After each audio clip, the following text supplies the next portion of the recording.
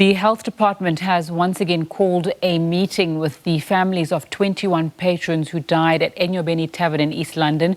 Let's get more on the story. We'll cross to SABC News reporter Abongile Jantjies. A very good afternoon to Abongile. What's happened so far?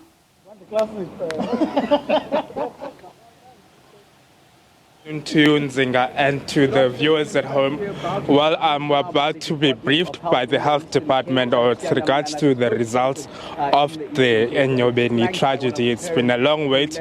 Today we're now about to hear those results in Nzinga. And it's been a long wait for the families, and they've been hoping that this day would come a bit earlier because it's been quite traumatic for them. But let's hear from them and we'll see what goes forward now. Listening on Sianda Manana, the spokesperson in the Eastern Cape. Good afternoon and good afternoon to all the viewers. We are here at the Buffalo City Metro Health District together with the families of the deceased teenagers at Enyobeni. Right now what we are doing is we are offering them counseling. We are here, there is the Department of Social Development. There is South African Police Services. There's also the South African Council of Churches. There's also Home Affairs and Religious Fraternity, as well as the Health Department officials. What we're then doing here is to tell the families the cause of death of their children. Unfortunately, it's a confidential document. Because this is an inquest, I can't disclose the cause of death. The cause of death is contained in the documents which we have as a department. We are still consulting and informing the families.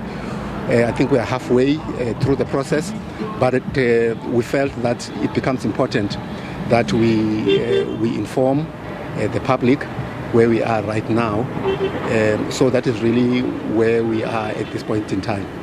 Okay, I just want to ask Potianda, are you giving the families anything on hand about what led to the deaths of these children? And in fact, we spoke to one of the parents a bit earlier on who suggested that inside they were told that it was suffocating caused by overcrowding that led to the deaths of these teenagers. I'm sure South Africa would like to know, given that the seriousness of this matter, to exactly what led, especially from the Department of Health. As a department, we are not mandated to disclose.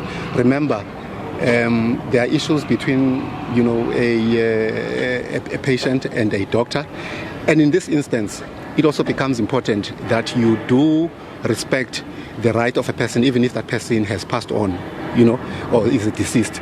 So if that is what the family has said, I cannot really comment on that. However, what we have done was really for us as a department to communicate what was the cause of death. We have done so, but we cannot, publicly come out and say this is what has happened because it's a confidential document. The families have been informed. Why is there a change then in the tune, given that previously you've sat with the families, with the media as well, and communicated that there was possibly some sort of poisoning, even mentioning methanol that could have led to these deaths? Now it's confidential all of a sudden. Surely there's something that's off about this. Why can't you come forward and tell South Africans what the actual cause is? And coming to these, we've solicited a legal opinion on the matter, and we were then advised that this is really what we should be the line of march. That's what it should be. So that's what guides us at this point in time. There's nothing sinister about what we're doing. There's nothing sinister in terms of what we've said. As I've said, that document that we've read out to the parents, it's a document which will be available. The parents know what to do. They are aware in terms of how to access that document in terms of the PAIA Act. So there's nothing about it. That document must then be able to stand the test, even if it is in a court of law. So we are confident that what we have done as a department is something that can really stand the test, even if it goes to a court of law. Are you happy with the process? I mean, with your handling of this process since June 26th? Are you happy as a department? Yes, we are happy because we have, we've had a fine comb in terms of doing all and following all the processes and the protocols. We did not want to err in terms of this process because we anticipated that there might be legal processes that might follow. So you don't want, therefore, to make a mistake in terms of how you address it. Okay, Mr. Manana, the results are finally out now. Where to from here with regards to these results? Are you 100% sure that they will not be contested anyway? You've crossed all your X's with regards to, due to the long time that it had taken for them to be released. Are you 100% sure that there's nothing that has been left unattended with regards to these results? And just to add on, any prosecutions that we can expect around what caused the death of these 21 children? In terms of the processes that we followed, I think we are happy. We've crossed all the T's, and ticked all the boxes. So we did not really, we don't anticipate that it could be challenged. However, as in any court process, there will definitely be challenges. Maybe if it goes that route, what is likely to happen is that we are going to take the document and then hand it over to the SAPS. That's what that's the process. Okay, lastly, the families are not going to get the document today? No, as I've said, it's a confidential document. That document is supposed to go over to the SAPS right now, and then it's them that will then decide the way forward. What I can just say, in fact, is that we are not done yet in terms of the explanation to the families. We are at number 8 right now. We are still going to attend to the other 10 families, but we felt it becomes important that we don't keep you waiting here. We just have to come back and give you a feedback. However, maybe in about the next 4 hours will be done in terms of the consultation process. You have previously ruled out stampede or overcrowding numerous times, and is that still the case? The document explains in detail the cause of death. So I think you can confirm right now to South African citizens right now. Something you are that live on air. out. People are watching. They've been waiting since 26 June. Why can't you confirm to South Africans what killed those children? It's in the national interest, this matter. No, I understand that it's a matter of national interest. However, we should remember we are also guided in terms of the families. Uchawe is here. He's next to me. So we have to be sensitive to certain things. They guide us as a family, as a group of families. He speaks on behalf of the families.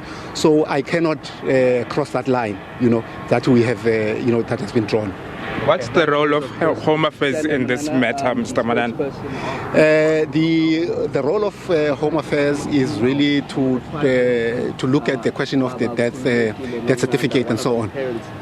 Thank you so much, sir. If we may listen to one of the affected families here in Nzinga, Utatu Chawe. Inside what led to the deaths of these teenagers. Maybe confirm, because we're hearing that it's suffocating that was caused by overcrowding. Maybe tell us what happened.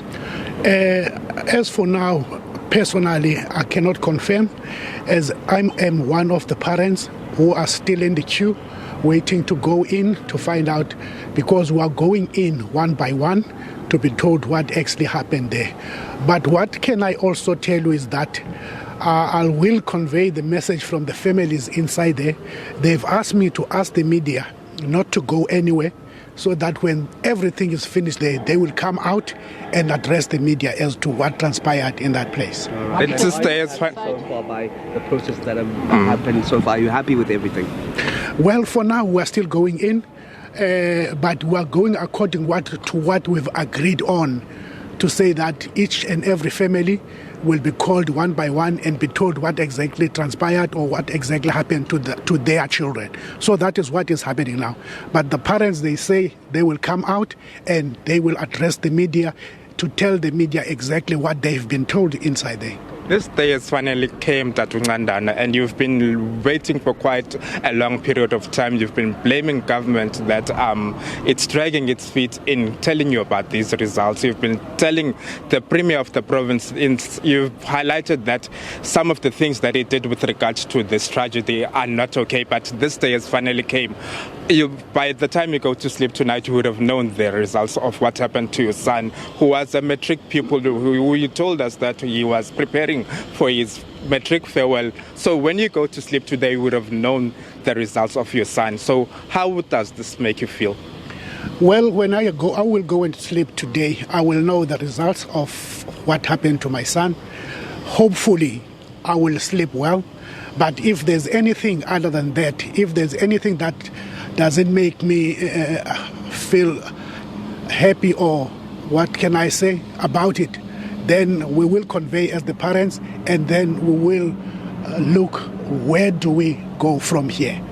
All right, thank you very much. Thank you so much for your time, sir. Well, Nzinga, that was the last person who spoke was Khululekile Ngandana, one of the leaders who is the chairperson of the Enyobeni tragedy, speaking on behalf of the affected families. He says that we should wait a bit longer so that we may know what exactly happened to their children. Well, it's quite a long day today for us as the media, as they are being called one by one, but the speculation of suffocation is something that will be ruled out, or maybe it is suffocation, but we'll know later on as the day progresses. Nzinga. Abongile Jantjies giving us an update there from East London in the Eastern Cape.